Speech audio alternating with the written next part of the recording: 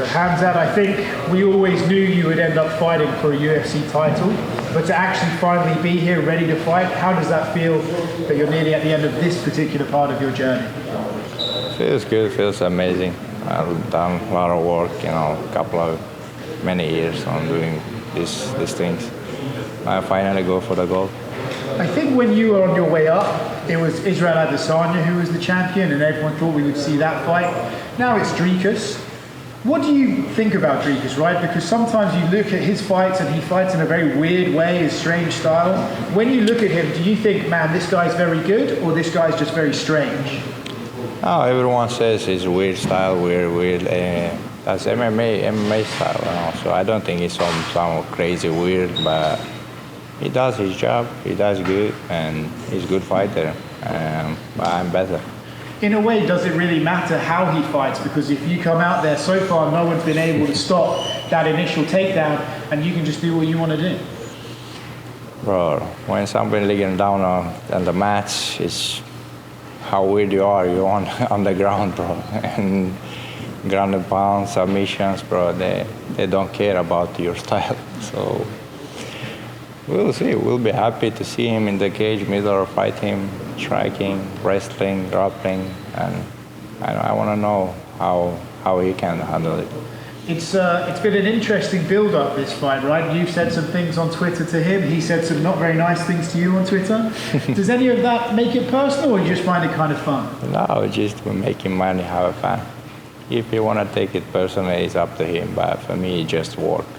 Yeah. It makes people happy, makes me happy.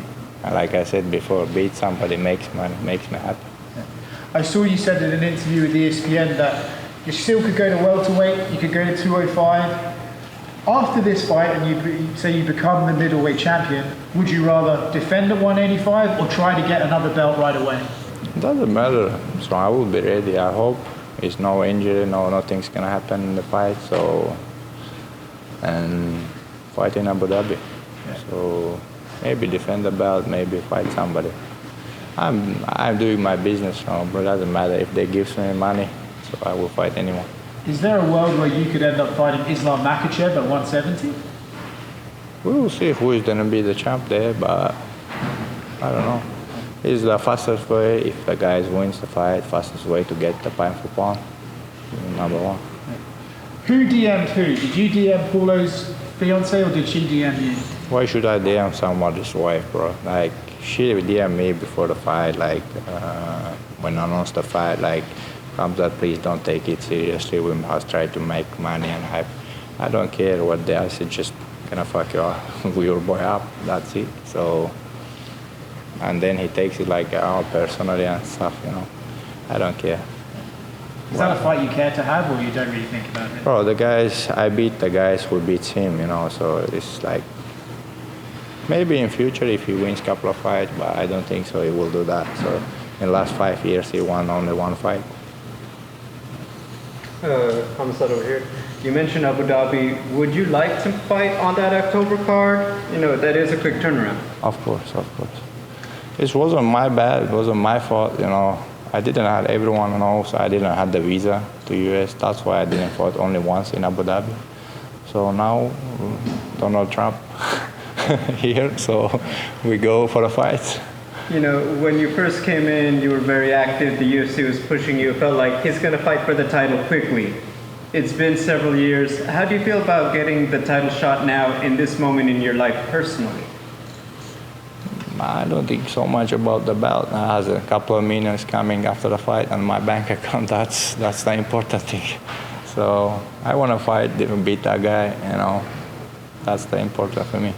You said in recent interviews before your last fight how much now it's really important to you to be a good father. When you talk about, maybe one day sharing, videos showing your son your career, what do you think about when you first show him you fighting or your interviews?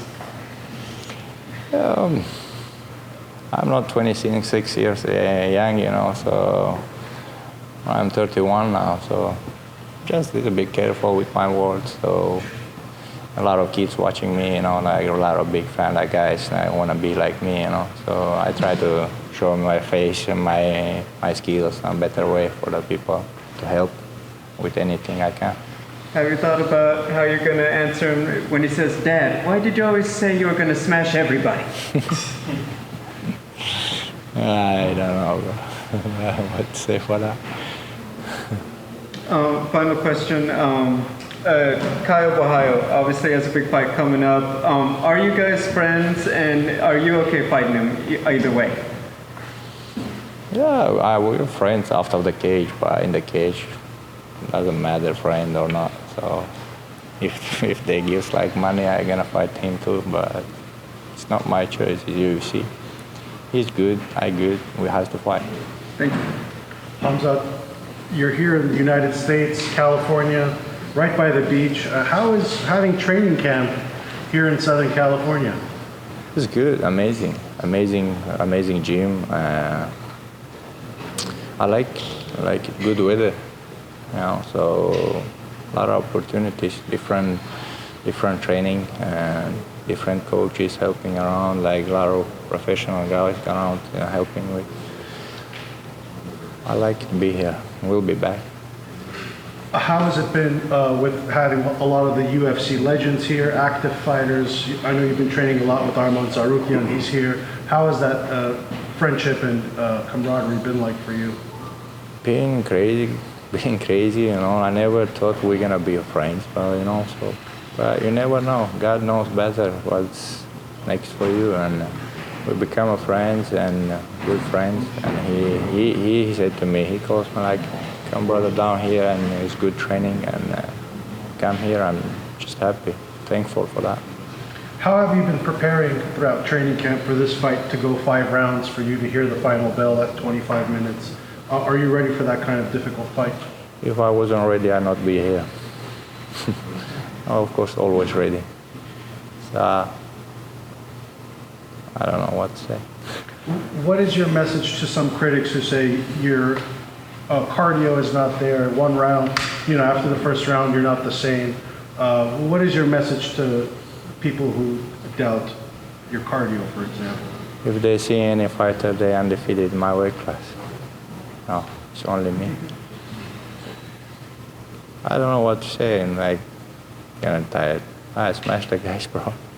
It doesn't matter. Critic or not critic. I'm the millionaire. At the end of these guys who are sitting on the drinking beer, I'm working hard. Fight. If it goes 25, work quickly. You talk about you smash the guys. Is this going to be a first round smash? What is your prediction? Only God knows. What is your message to Dricus? Just be ready. Do you feel like he was saying about the conditioning, you've obviously added some things to change that, to your camp. How do you feel you're so different as a fighter now? I don't know. We train a lot of different things, like working with the cardio, with everything. I never had bad cardio. I don't know what people are saying. I go all in. So try to be in the cage with me, bro. You're gonna know which cardio I has. That's right. You mentioned the DM situation with Paulo. You say his wife actually reached out to you first. What did she say to you? How did that begin? What were those DMs? I told you before, but she write to me, don't take it seriously, don't do that, Khamzat, we just want to try to make money. I said, I don't care, I just want to fuck this guy up, and that's it. So I don't like to be nice with guys who I was fighting with, So after the fight, shake the hands, be respectful, man. In the war, bro, don't need to respect, just go and kill. That's right. Yeah. Oh, one last one.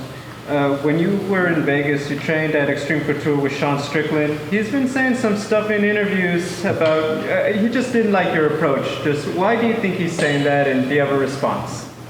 I don't know. When I was there, they never said anything, When I leave the Vegas and when they stopped my visa, he started to talk. When I come back, I'm in LA, bro. Come on. If it's something personal for you, just come. I'm here whenever you want. You win the title, Khamzat. Who do you want to fight next? Don't care. Where is the money? I fight for that. We'll see who they give. the fastest way. Everyone's talking about that White House fight, that White House card next year. Bro, What's your interest in look at my face. I don't think so. They may let me come over there, bro. Wow, I mean, wow. It's just, Bro, I don't know. I'm like an athlete, you know, sportsman. All my life I've been training, you know. Some guys taking like, I don't know, some people like put me in the positions like, you know, like politics shit, you know, break my visa down, and I don't know why, but I'm just doing for my family fighting training, you know. Athletes don't have to be like with politics, you know. Right. I'm not connection. If somebody wants to meet me, I never say no, you know, like why should they do that and put in a lot of athletes with a bad position with this, bro. This is sport that makes like all the guys together, you know, all countries together, but they want to do it some different ways. I don't know why. I would be happy if they gives me a fight there, but I don't think so. well, I mean, look, do you feel like that this is a divisive kind of announcement that they made? No, I don't know. I don't understand why they're gonna put the fights over there as well. I don't understand. Agree. Yeah. So why the politics use sport together? I don't know. Fair enough. Yeah. Хамзат, немножко по-русски поговорим. Во-первых, здесь довольно много журналистов. 700 тысяч с каждого или 700 тысяч с нас всех за это интервью? 700.